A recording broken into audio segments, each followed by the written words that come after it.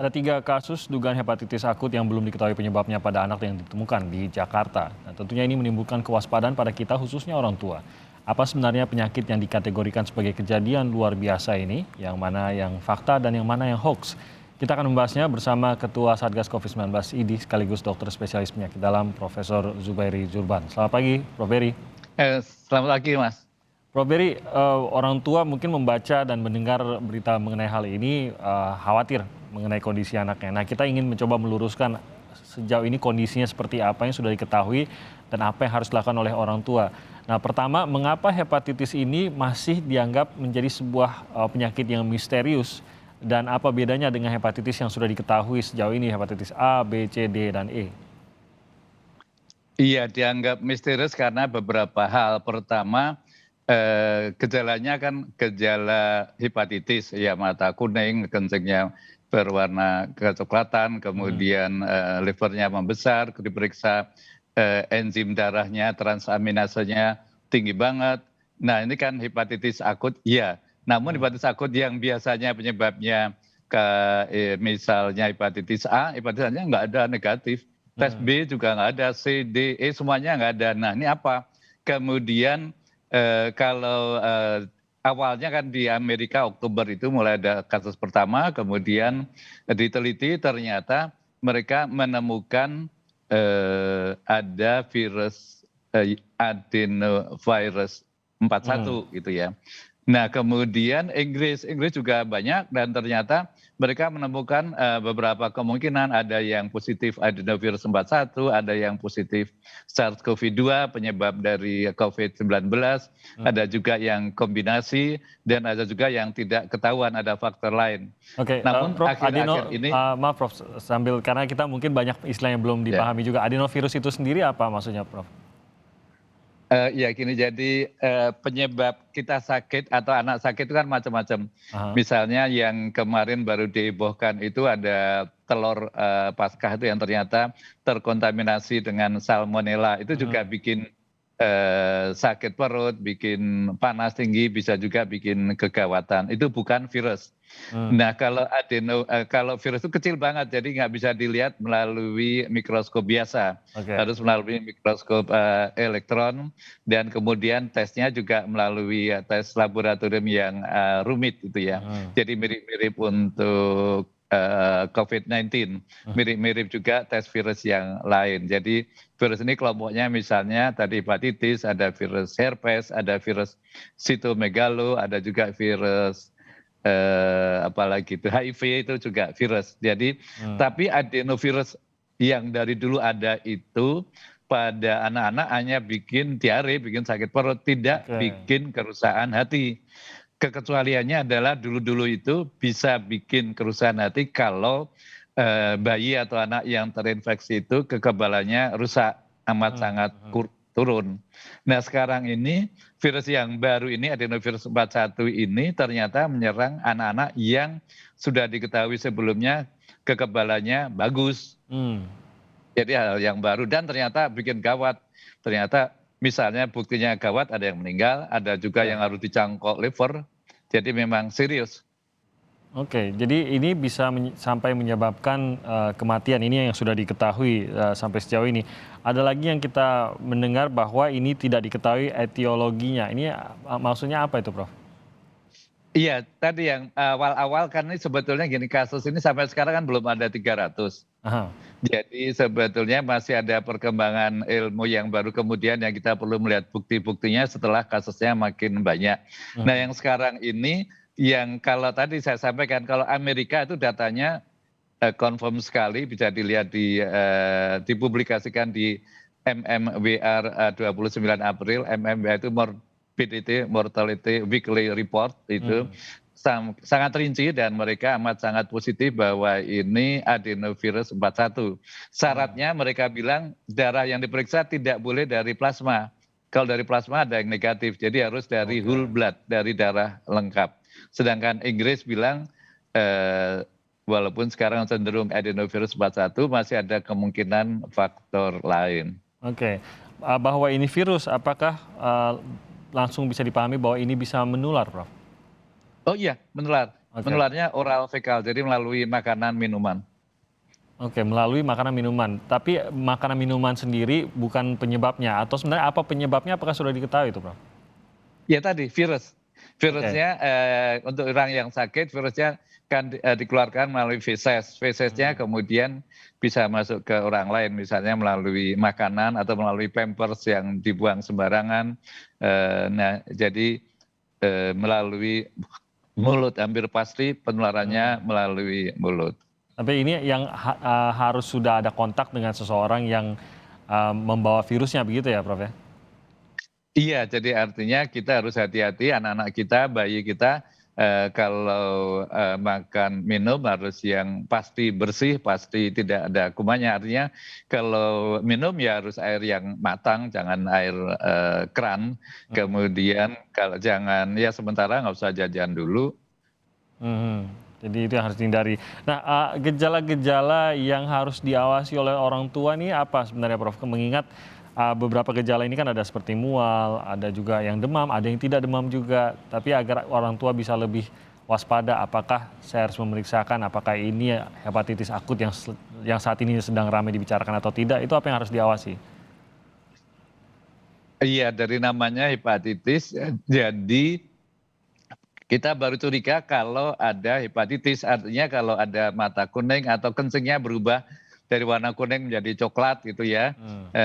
Ke mata kuning kemudian kalau ke dokter kemudian ada ketemu mungkin, livernya membesar, kemudian beberapa pasien mengalami kejang dan kesadaran, menurun.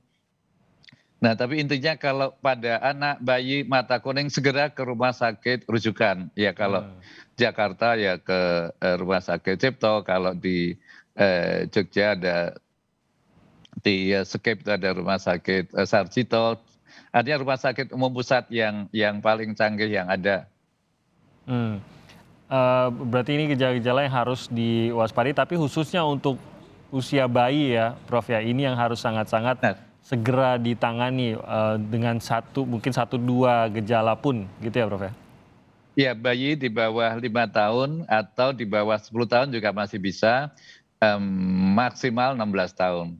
Oke, Prof, ini mengapa, eee, korbannya ini memang, sangat spesifik kepada anak-anak nih, Prof? Sama, jadi penyakit itu mempunyai, kelainan pada usia tertentu. Jadi misalnya kalau yang COVID-19 itu pada usia lanjut bisa bikin gawat, lebih banyak yang gawat dibandingkan dengan usia dewasa muda. Kali ini yang khusus penyakit yang baru ini memang terutama menyerang bayi dan anak-anak. Mmm. Jadi karena itu,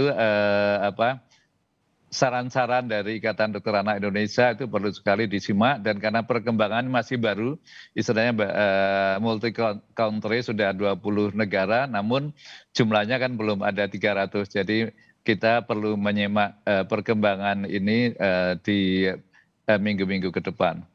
Bisakah orang dewasa menjadi carrier-nya atau penyebarnya? Iya, itu belum tahu, teoritis tentu, bisa, tapi belum belum ada bukti yang, kuat. Oke, jadi ini masih sangat dalam tahap, masih dipelajari gitu ya, Prof, ya.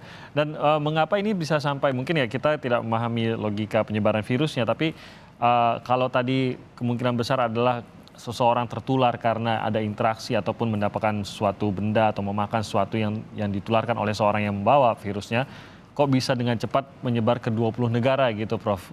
Apakah memang ada kemungkinan muncul di tiap-tiap negara tanpa ada, hubungan sama sekali dengan negara yang sebelumnya sudah, memiliki kasus virus ini?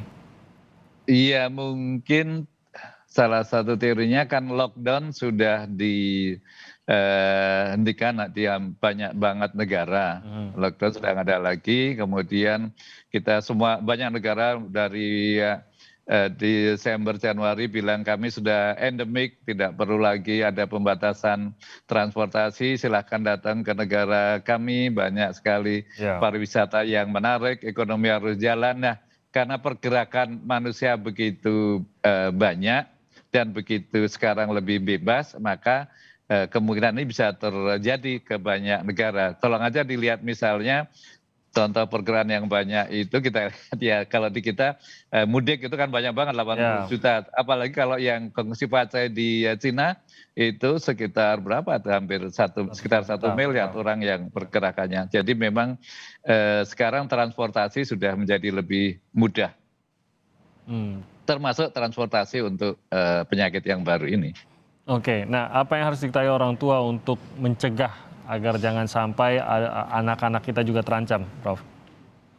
Iya, tadi menjaga kebersihan, jadi sebelum makan harus cuci tangan bersih, kemudian kalau makan harus makanan yang yakin kebersihannya, yang direbus, yang digoreng, itu jadi yang kalau ada kuman, ada ini sudah mati, kemudian ada beberapa pertanyaan dari orang tua, kan anak saya udah divaksin hepatitis B, jadi kan sudah kebal terhadap penyakit hepatitis. Iya benar, tapi kebalnya terhadap penyakit hepatitis B. Dan yang kita bahas sekarang sama sekali bukan hepatitis B. Jadi kekebalan itu tidak bisa berlaku untuk penyakit yang baru ini.